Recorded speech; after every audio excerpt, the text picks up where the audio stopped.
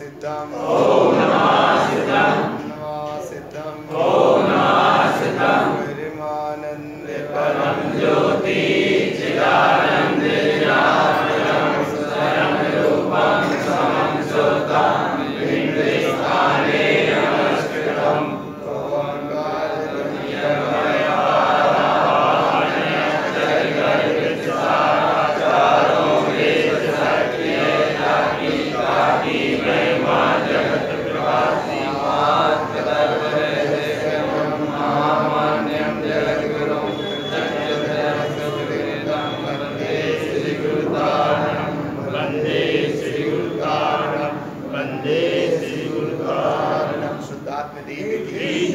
देखो समय बहुत अल्प रहता है, हर समय जिनवाणी श्रवण के लिए तो और ही बहुत अल्प समय रहता है। देखते देखते समय नहीं पड़ता और 1 घंटा निकल गया, समय नहीं आया, समझ में नहीं आया। माने इसका मतलब है कि तत्व की चर्चा उपयोग पूर्वक सुनी, जिनवाणी को तुमने उस उपयोग पूर्वक सुना, आनंदता के साथ सुना, अनुभव करके सुना, मनोविनोदता के साथ सुना। लेकिन भगवान सुनने के साथ ऐसे गुनते जाओगे, चुनते जाओगे तो कुछ काम बनता जाएगा, और नहीं सुनते जाओगे ही जाओगे।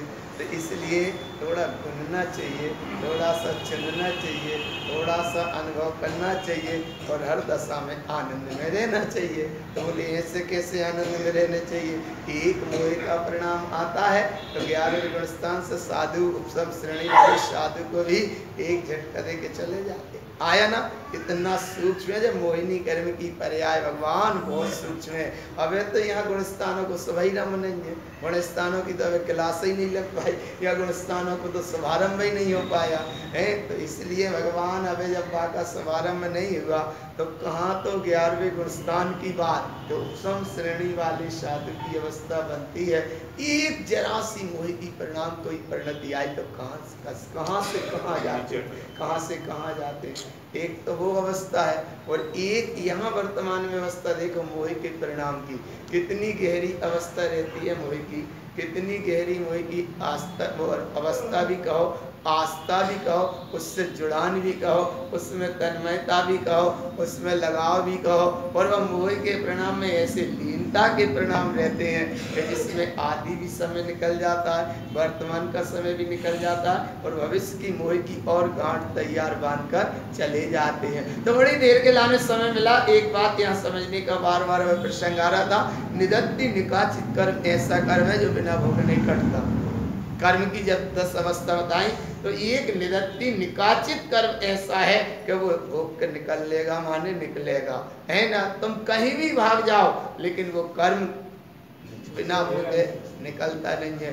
इसलिए कर्म बांधते समय बांधने में बहुत हल्के लगते हैं, बांधने में बहुत हल्के लगते हैं, लेकिन जब कर्म उदय में आते हैं तो बहुत भारी लगते हैं। बांधने में बड़ा हल्कापन है, और जब उनका उदय पत्ता या बाद उदय में आते हैं कितने भारी हो जाते हैं, कितने भारी हो जाते हैं। इसलिए समय बहुत अल्प है भैया। जितना जिनवाणी का श्रवण तुमने किया है, अंतरात्मा तुम्हारा जागे, परम दशा की प्राप्ति हो, और बहिरात्म पने को छोड़ने का प्रयास करो, है बहिरात्म पने को छोड़ने का प्रयास करो। बहिरात्मा जो बाहर है सो बहिरात्मा, थोड़े भीतर आ गए सो अंतरात्मा, और दो से ऊपर उठ गए सो परमात्मा। तो ऐसे मोह के परिणाम से भी हटो, राग के परिणाम से भी हटने का प्रयास करो, कसाय के परिणाम से भी हटने का प्रयास तो कर सकते हो ना, प्रयास तो कर सकते हो। तो ऐसा प्रयास करते निरंतर आगे बढ़ते जाओ। बोलो शुद्धात्म देव की। तुमने फिर धीरे जे बोली, दृष्टि रखो एक की, कहाँ है वो नहीं उपयोग